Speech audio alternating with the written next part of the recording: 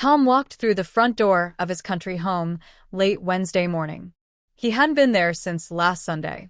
His plan was simple: pick up a few things and leave again. He expected his wife, Peggy, to be at work. In the kitchen, Tom set about making a cup of coffee but froze when he saw the handcuffs and strip of duct tape still lying on the table, exactly where he had left them. The kitchen towel he had thrown to the floor after wiping his face was still there. The video camera stood on its tripod beside the kitchen table, undisturbed. The chair he had broken and knocked over lay untouched on the floor. Instead of making coffee, he opened the refrigerator and grabbed a bottle of Diet Coke. "Where the hell have you been?" Peggy's angry voice startled him as she entered the kitchen. Tom didn't look at her or respond. He brushed past her and headed to the bedroom to gather his clothes. "I asked you a question," Peggy snapped, grabbing his arm. Tom stopped, turned, and looked at her. This was the woman he had married 7 years ago, the woman he had once deeply loved. But now, she was the woman who had devastated him. "Let me go," he said softly.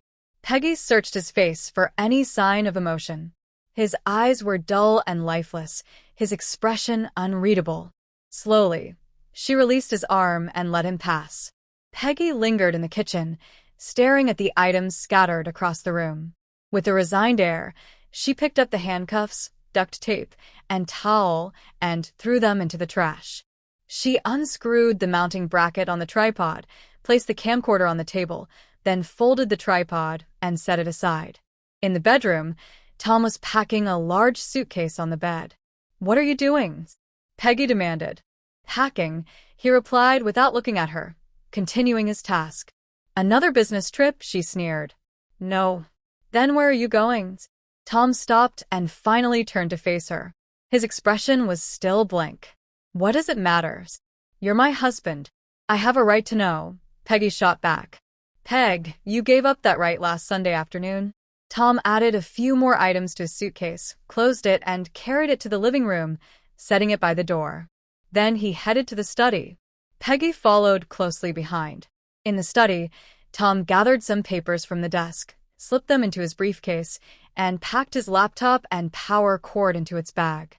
Returning to the kitchen, he picked up the video camera, opened it, and found the SD card still inside. "Is this what you recorded on Sunday?" he asked. Peggy smiled, her tone mocking. "A little souvenir of your payback. Thoughtful of you, wasn't it?" Tom didn't react. "Damn it, Tom, talk to me," Peggy shouted. Tom's face finally showed a flash of pain. "What have you done to me? Why are you leaving?" Peggy asked, her voice softening slightly.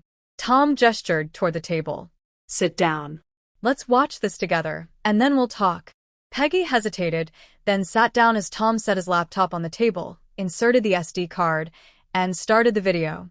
The footage began with the kitchen, an overturned chair on the right, and an empty table on the left. Peggy's voice called out, "Welcome home, baby. Come into the kitchen. I've got a surprise for you." In the video, Tom appeared, smiling. Peggy entered the frame, wearing a short, thin robe. Her hair and makeup were flawless, and she was barefoot. She held handcuffs in her hands, smiling seductively. "Sit down," she instructed. Tom complied, still smiling. Peggy moved behind him and cuffed his wrists to the chair, her robe falling open to reveal she wore nothing underneath. She returned with a strip of duct tape, which she used to cover his mouth, his smile still visible beneath it. Standing before him, Peggy let her robe fall to the floor. Tom's eyes widened with delight. "Are you ready for your surprise?" she asked. Tom nodded eagerly. "Are we ready here?" Peggy called out. Footsteps echoed in the background. Tom turned his head toward the sound. A man, dressed in Tom's robe, entered the frame. Tom's smile vanished, replaced by a look of shock. "Honey, you remember Joey from work, don't you?" Peggy said sweetly. She walked over to Joey, untied the robe's belt, and slipped it off his shoulders, tossing it into Tom's lap. Joey stood there, completely naked. Tom stopped the video.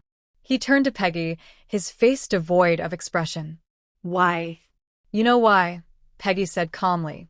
"I don't," Tom replied, his voice barely above a whisper. Before we got married, I told you that if you ever cheated on me, I'd sleep with someone else's payback, and I'd do it right in front of you. You remember that, don't you? Tom's eyes narrowed, confusion flickering across his face. Is that what this is about? You think I cheated on you? Yes, Peggy said coldly. This is the payback I promised.